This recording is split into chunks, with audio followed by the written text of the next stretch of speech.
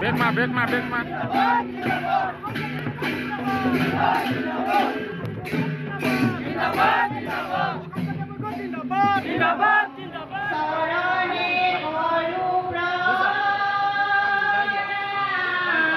সকলক আমাৰ অথবা মৰম আৰু শ্ৰদ্ধা জনাব বিচাৰিছোঁ। মই প্ৰথমে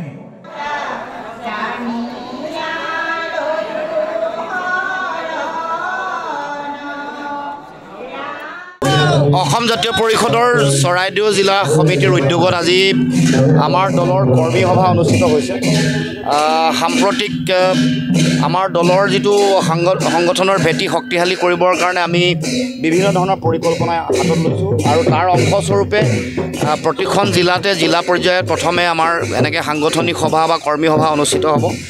বিশেষকৈ পঞ্চায়ত নিৰ্বাচন আৰু 2026 চনৰ বিধানসভা নিৰ্বাচনৰ প্ৰতি লক্ষ্য ৰাখি আমাৰ এই সাংগঠনিক কাৰ্যসূচী আৰম্ভ কৰিছোঁ। বিশেষকৈ সকলো অঞ্চলতে যাতে বিশেষকৈ পঞ্চায়ত ৱাৰ্ড আৰু বুথ পৰ্যায়ত যাতে আমি সংগঠন কৰিব পাৰোঁ, সকলো ভাতৃ ভগ্নী সংগঠন যাতে সকলো অঞ্চলতে সকলো পৰ্যায়তে আমি কৰিব পাৰোঁ, তাৰ কাৰণে আমাৰ এই প্ৰয়াস।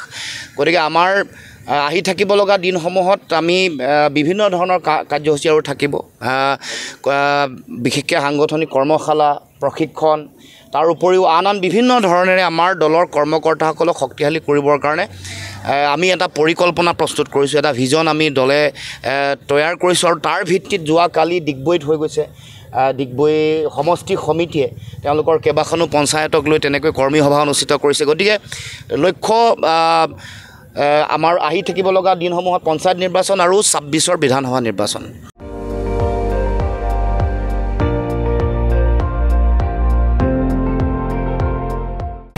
আপুনি চাই আছে ND24, সৰ্বশ্ৰেষ্ঠ নহয় সৰ্বোত্তমৰ দৌৰ।